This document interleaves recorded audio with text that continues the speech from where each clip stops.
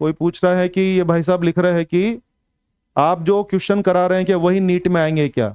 नहीं भाई साहब, मैं ऐसा कोई फर्जी कमिटमेंट नहीं करने वाला। इस तरह के फर्जी दावे और फर्जी वादे मैं नहीं करूंगा। मैं आपको ये नहीं बोल रहा हूं कि जो मैं क्वेश्चन कराऊंगा वही एग्जाम में आएगा, और ऐसा बोलना भी नहीं चाहिए, ये बहुत बकवास है।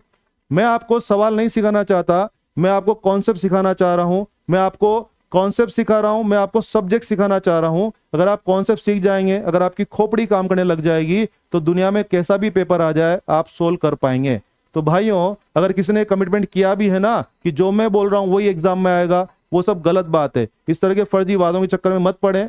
आप सब्जेक्ट को सीखने की कोशिश करिए, आप कॉन्सेप्ट बिल्ड करने की कोशिश करिए। अगर कॉन्सेप्ट स्ट्रांग होंगे तो आप किसी भी तरह का पेपर को सोल्व कर पाएंगे।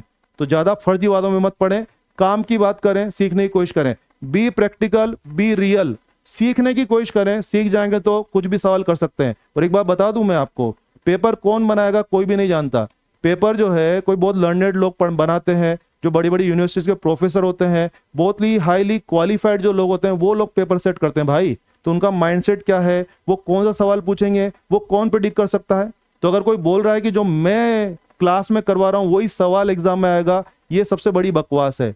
तो इसीलिए सवालों को सीखने के बजाय सवालों पे अप्रोच सीखें। ये सीखें कि सवाल को अप्रोच कैसे करते हैं, सवाल में कॉन्सेप्ट कैसे लगाते हैं, वो सीखना ज्यादा जरूरी है। वो आपके ज्यादा काम आएगा। तो मेक श्योर कोई गलतफहमी में नहीं रहे।